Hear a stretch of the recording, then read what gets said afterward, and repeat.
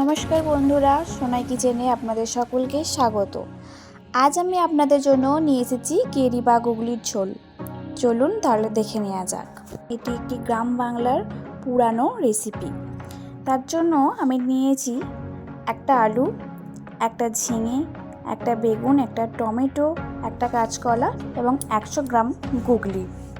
প্রথমে আমি এক এক করে সমস্ত সবজি কেটে নেব। হ্যাঁ, সবজিগুলো কাটতে গেলে অবশ্যই লম্বা লম্বা করে কাটতে হবে, তবে এই ঝোলটা দেখতে সুন্দর লাগবে। সবজিগুলো কেটে এবার আমি ভালো করে জল দিয়ে সেগুলো ধুয়ে নেব। এরপর আমি আদা আর জিরে নিয়ে শিলনোড়ায় ভালো করে পেস্ট করে নিলাম। এরপর আমি কড়াইয়ে জল দিয়ে তাতে নুন ও হলুদ দিয়ে গুগলিগুলোকে ভালো করে সিদ্ধ করে নেব। মিনিমাম 10 মিনিটের জন্য সিদ্ধ করলেই হবে। ভালো করে সিদ্ধ করতে হবে। এরপর কড়াইয়ে তেল দিয়ে দেব। তেলটা গরম হয়ে আসলে তাতে গুগলিগুলো দিয়ে ভালো করে ভেজে নিতে হবে। অবশ্যই এগুলোকে ভালো করে ভাজতে হবে, ভালো করে মচমচে করে ভেজে নিতে হবে। এরপর ওই তেলেতেই কিছুটা পাঁচফোড়ন, একটা তেজপাতা আর একটা কাঁচা লঙ্কা ফোড়ন দিয়ে কিছুক্ষণ নাড়িয়ে চাড়িয়ে নিতে হবে। তারপরেই এক এক করে সবজিগুলোকে ওতে দিয়ে ভেজে নিতে হবে। আমি একটা একটা করেই ভাজছি যাতে ভাজাটা একটু ভালো হয়। আস্তে আস্তে আমি সমস্ত সবজি একেবারে দিয়ে ভালো করে ভেজে নিলাম।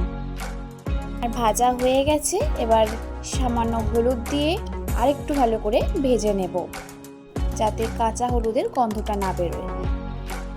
এখন একটা চামচ আদা বাটা, একটা চামচ জিরে বাটা দিয়ে ভালো করে কষিয়ে নেব।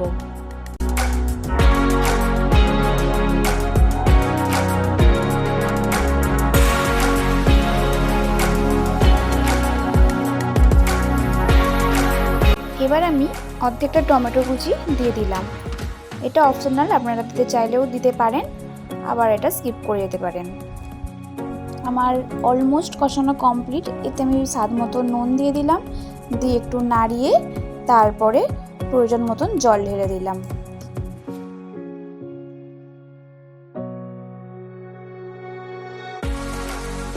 একটু নাড়িয়ে চাড়িয়ে 2 মিনিটের জন্য চাপা দিয়ে রেখে দেব।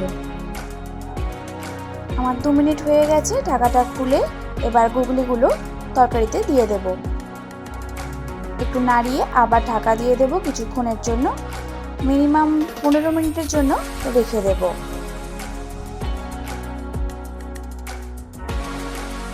15 মিনিট হয়ে গেছে। 15 মিনিট পর আবারও ফিরে আসলাম। এবার একটু দেখে নেব যে প্রত্যেকটা সবজি সিদ্ধ হয়েছে কিনা, আলুটা গলেছে কিনা। মোটামুটি হয়েই গেছে ঝোল।